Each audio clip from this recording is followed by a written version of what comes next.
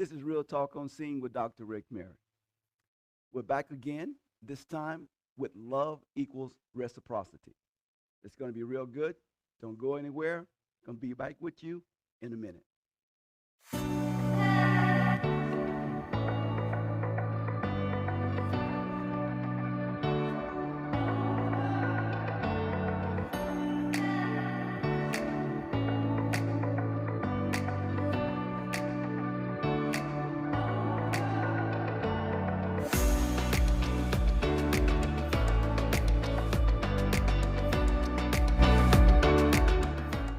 All right, we're back.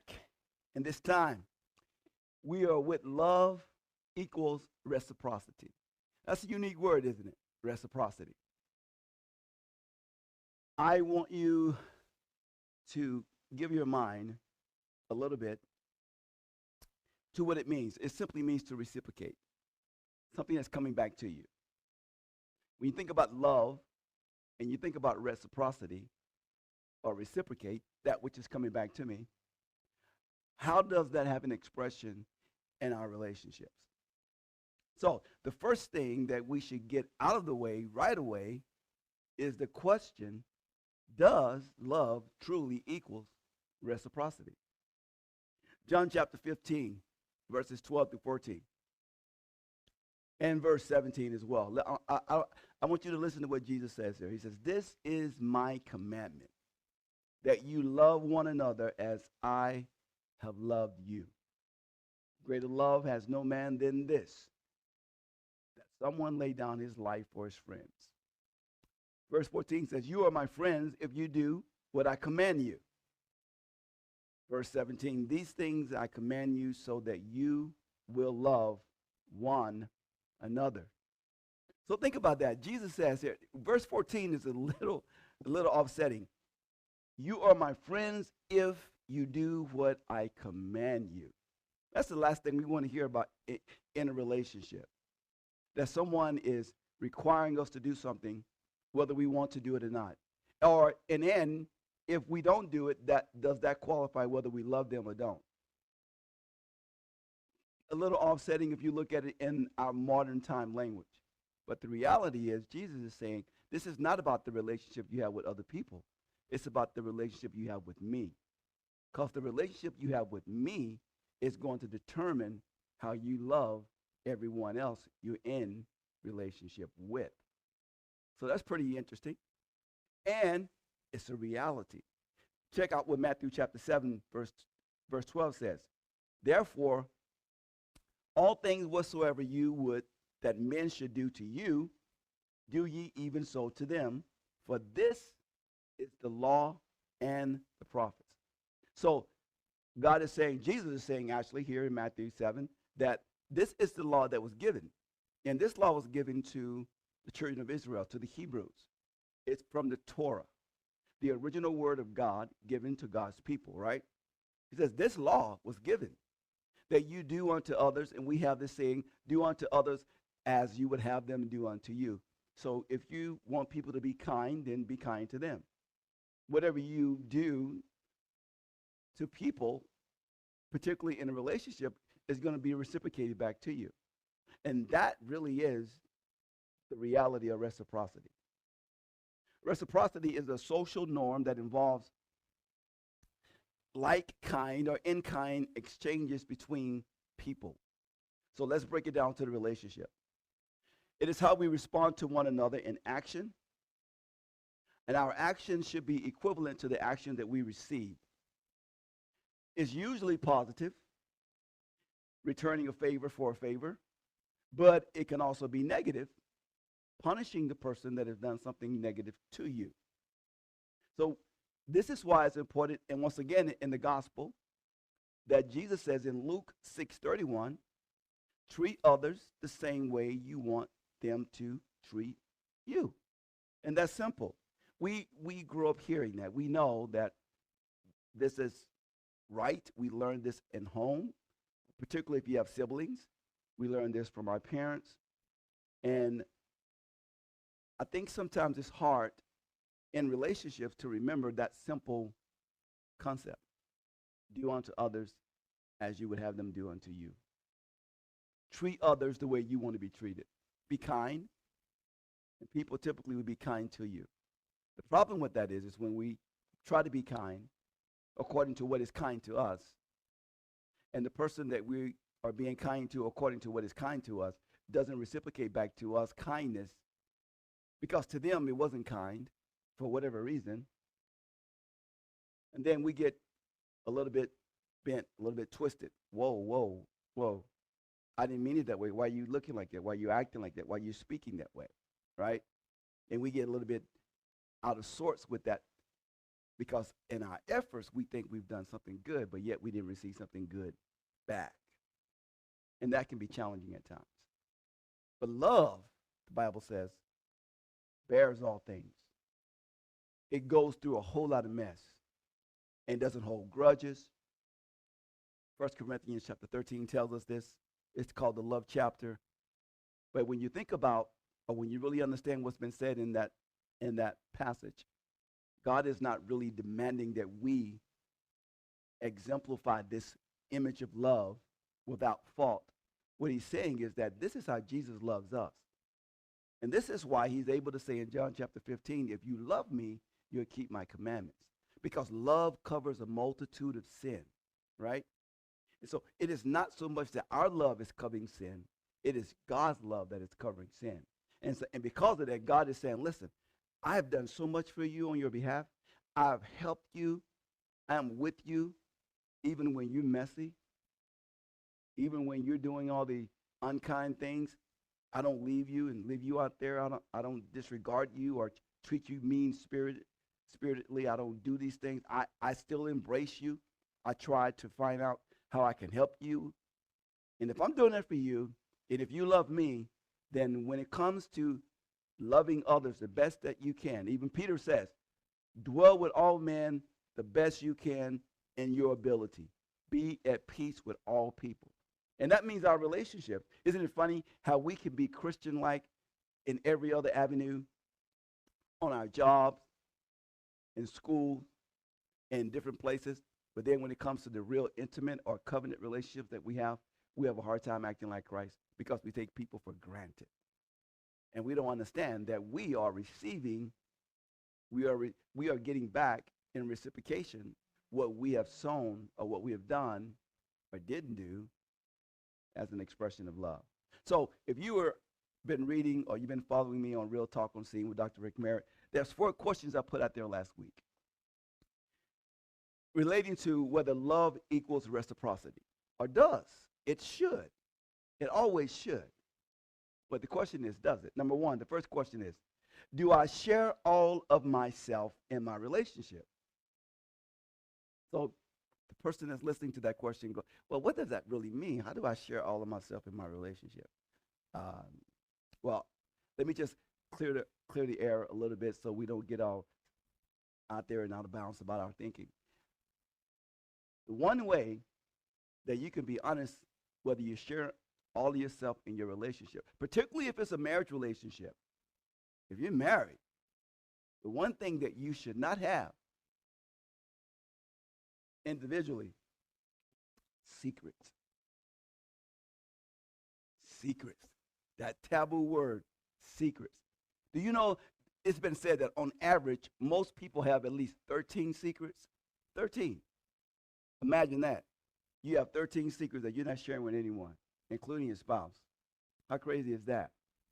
Now, I'm not saying that that's truth. I'm just saying they've done studies on that says typically people have 13 secrets that they're not sharing with anyone. They'll take these secrets to their grave. Now, are secrets healthy in a relationship? Do secrets keep you from sharing all of who you are in a relationship? Can you share all of who you are and have secrets? That's a good question. When we hold secrets deliberately, I believe we create walls. I believe walls are created then. The most common secrets that we have that's been said through research, the most common secret that is among people in relationships are in nature sexually related. Researchers found that when they start evaluating and asking questions and doing research on individuals keeping secrets, they found that most people darkest secret or their most precious held secrets are sexually related. Now, that doesn't mean that you're sexually perverse. It just simply means that there's something about your sexual life that allows you to feel that you must compartmentalize it, even in your relationship, and hold it as a secret. Now, I'm not going to get too much into that because last week we dealt about sexual relationships and how our needs are being met and so forth and so on. And we will revisit those down the road for sure again down, as time goes on. But today, what I want to look at about the secrets that we hold in our hearts when it comes to that, once again, it's not so much that you're weird or you're having these perverse ideas about sex and nothing of that nature. It could just simply mean that I'm not being fulfilled in sex, and so that's a secret. There's places that I feel very insecure about sex, and that's a secret. There's things that have happened to me sexually that I've never shared before, and that's a secret. All those things could be very much alive in your heart as a secret. But all secrets, big or small, have a profound effect on you and your relationship, particularly if it's in marriage. Whether you notice it or not, whether you're not being attentive or you're not being acute or astute to it, it is having some kind of expression, and you may not recognize it because you've lived with it so long, or you compartmentalize it as something that you really don't have to share, or it's not worth sharing, or I'm not going to share it. It does have an effect somehow, particularly when it's in marriage. There's enough evidence to conclude through several researchers and studies that secrets can cause stress, anxiety, and they can even affect the health of a relationship physically. Secrets. Do I share all of myself?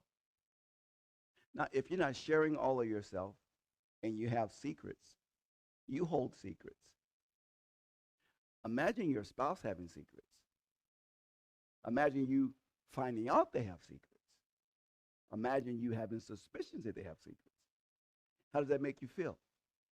Well, they can't, I don't know if I can trust them. Why don't they share? Why aren't they telling me everything that's going on?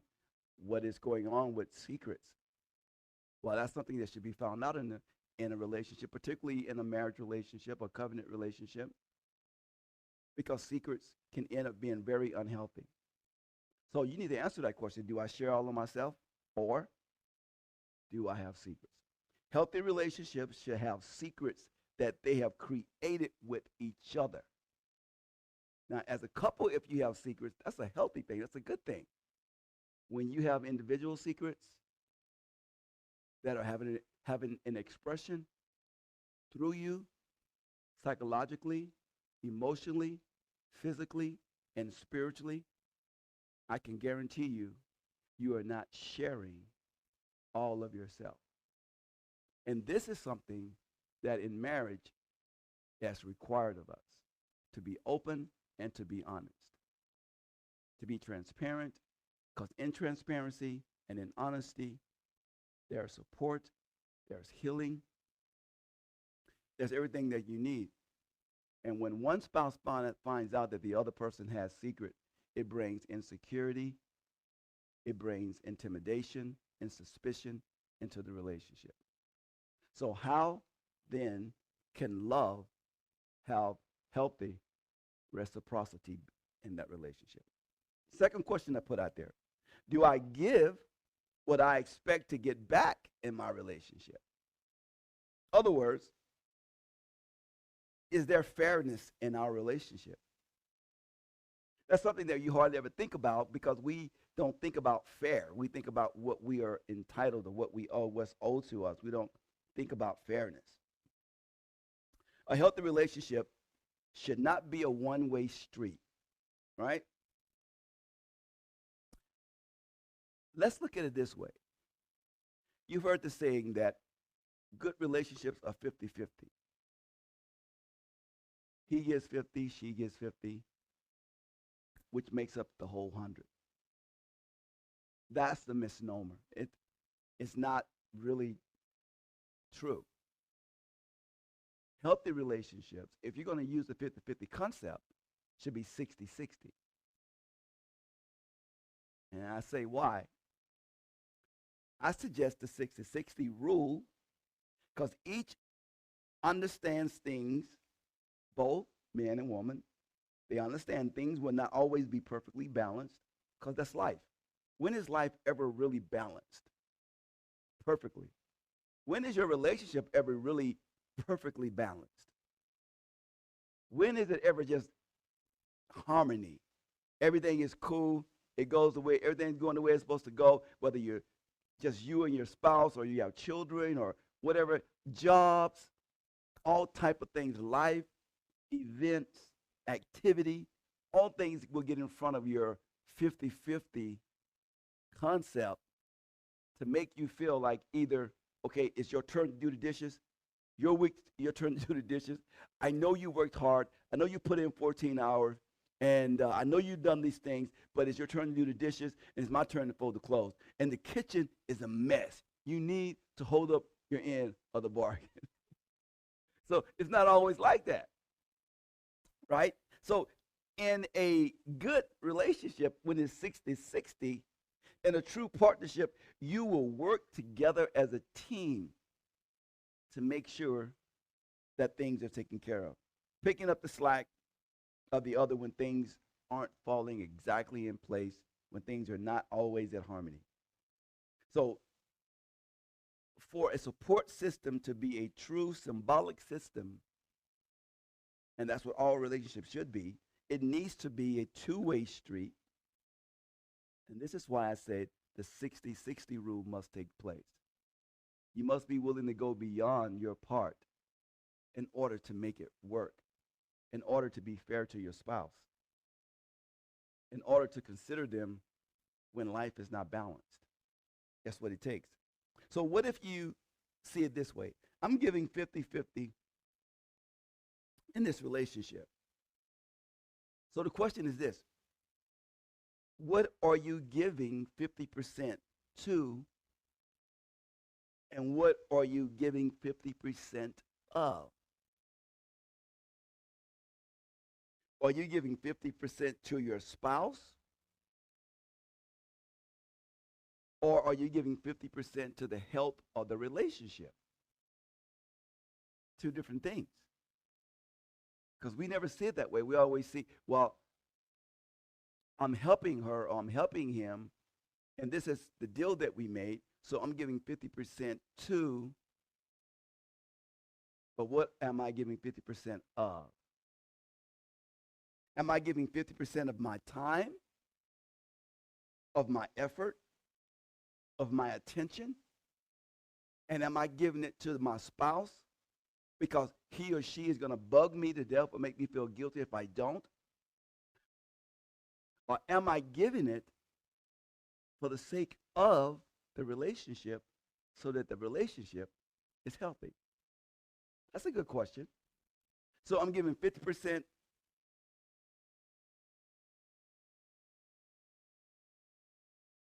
to and of. Answer that. Do I give what I expect to get back in my relationship? If I give 50%, I expect 50%. So when you don't, so when the time comes when you've given your 50% and your spouse is giving her 50% or his 50%, and they have been loyal to the bargain that was made because it's about 50%, it still can feel very unfair. Right? So that's the issue. So love equals reciprocity. Sometimes life is going to be unfair. Life is going to be unfair to you. It's going to be unfair to your spouse. And what makes the relationship feel whole? What makes the relationship feel fair?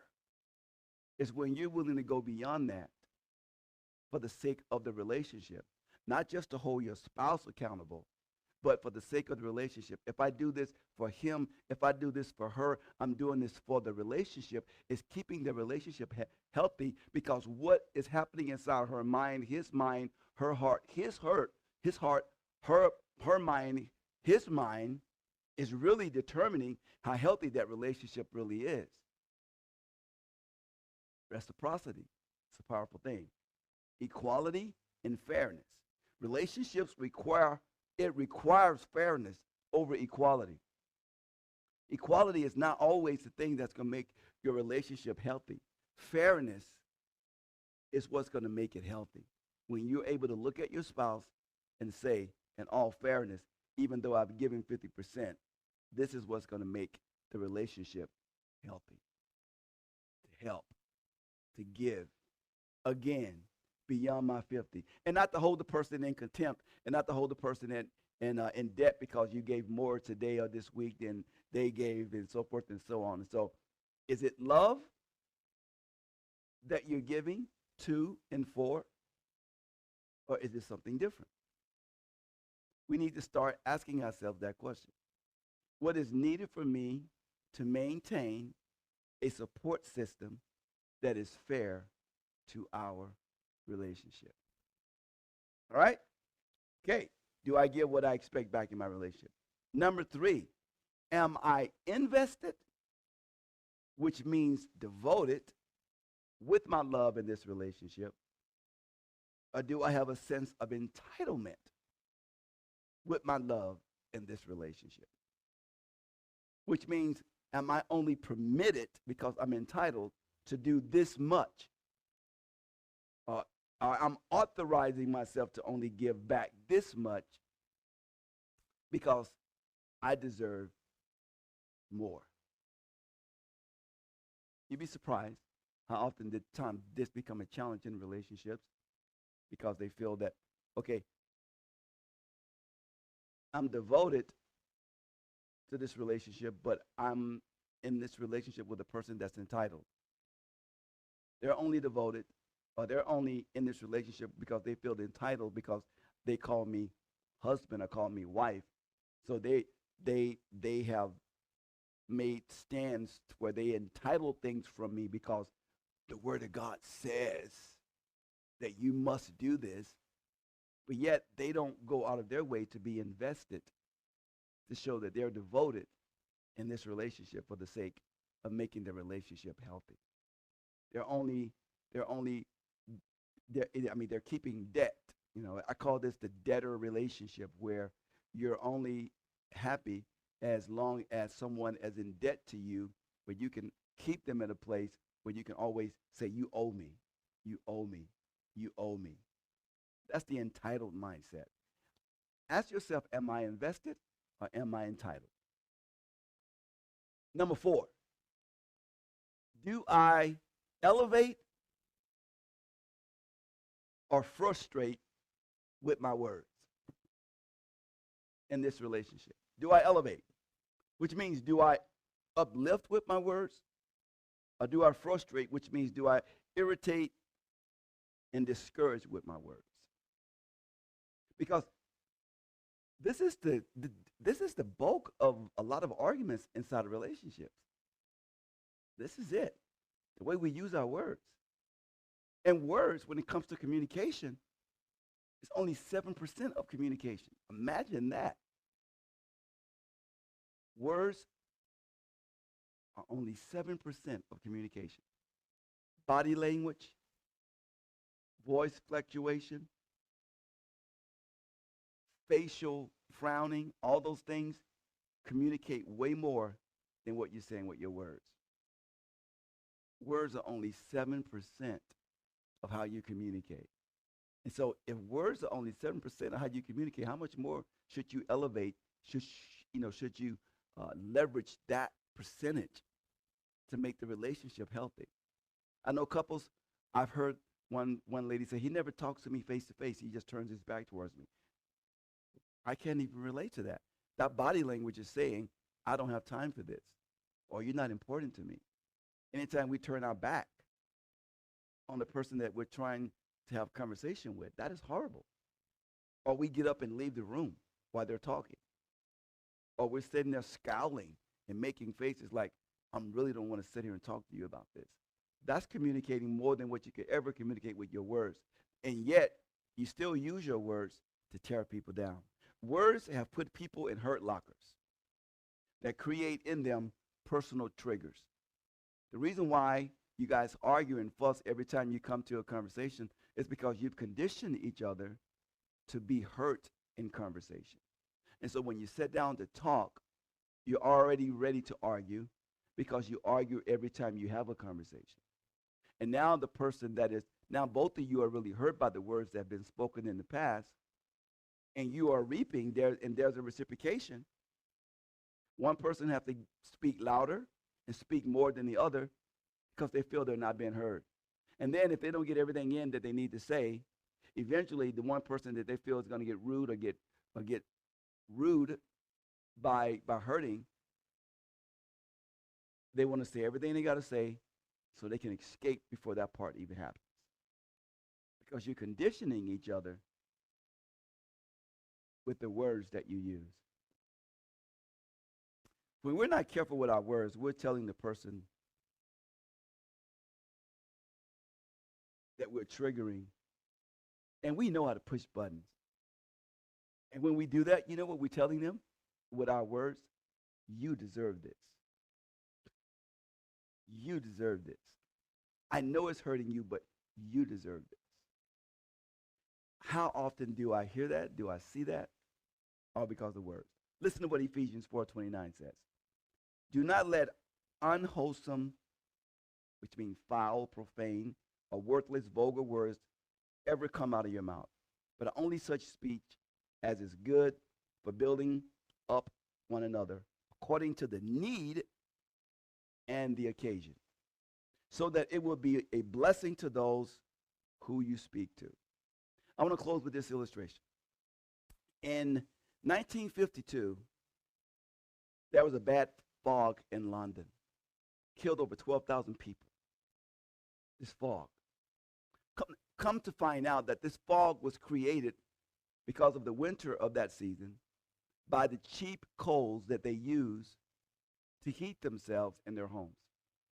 They cook with it. Pardon me. They heated everything with this cheap coal. Well, the problem with this cheap coal is that it got into the atmosphere and it created a barrier that kept carbon dioxide inside of that area. 12,000 people died because they were simply trying to keep warm. They used a cheap substance to keep warm, and in doing so, 12,000 people died in homes and hospitals and everywhere. 12,000 people. What a weird, that was a book that was written that described that era. It was called Death in the Air. Death in the air.